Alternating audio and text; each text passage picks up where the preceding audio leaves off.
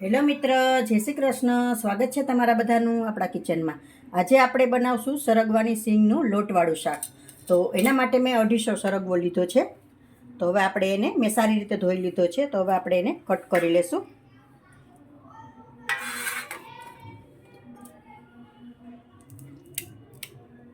આ રીતે નાના નાના પીસ કરી લેશું.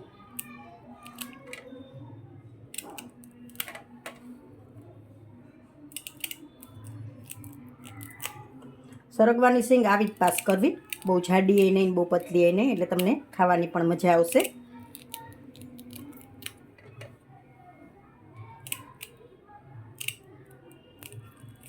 આ રીતે બધો કટ કરી લેશું આપણે.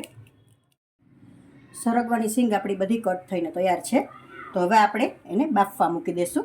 તો એના માટે મેં કુકરમાં પાણી લીધેલું છે. આપણે પાણીમાં એડ કરી દઈશું અને એક વિસલ મારી લેશું આપણે. સિંગ આપણી બફાઈને તૈયાર છે. હવે આપણે વઘાર મારી લેશું. 2 ચમચા જેટલું આપણે તેલ લઈ લેશું.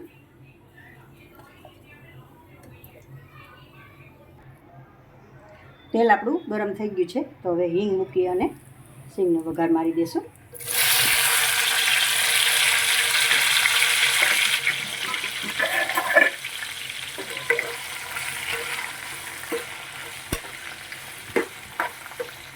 મસાલા કરી લેશું.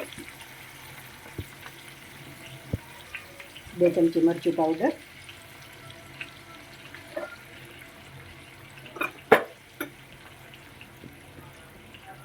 1 ચમચી ધાણા પાવડર, 1/2 ચમચી હળદર,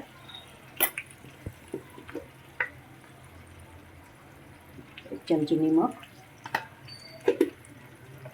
સારી રીતે મિક્સ કરી લઈશું.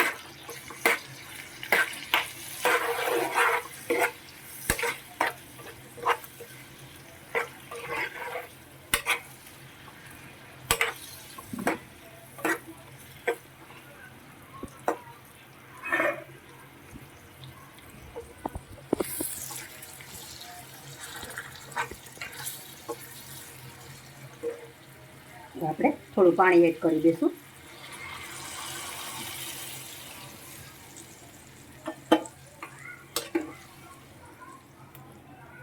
પાણી ઉકળી જાય એટલે આપણે લોટ છાંટી દઈશું.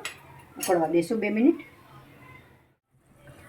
શાક આપણું સારી રીતે ઉકળી ગયું છે. તો હવે ગેસ ધીમો કરી અને આપણે લોટ છાંટી દઈશું ચણાનો.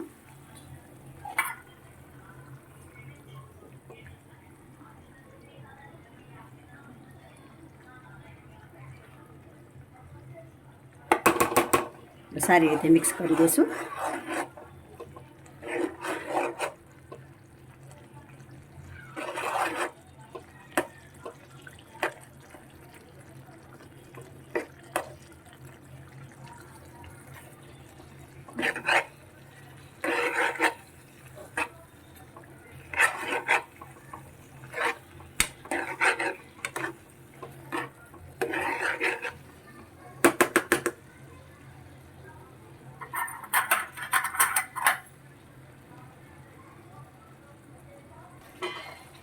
લોટ આપણો સારી રીતે મિક્સ થઈ ગયો છે. હવે 2 મિનિટ માટે આપણે આને ઢાંકીને ચડવા દઈશું.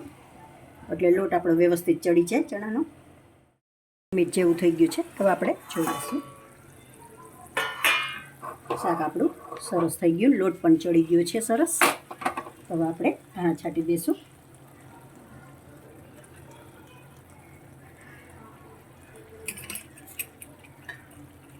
સર્વ કરી લઈશું આપણે.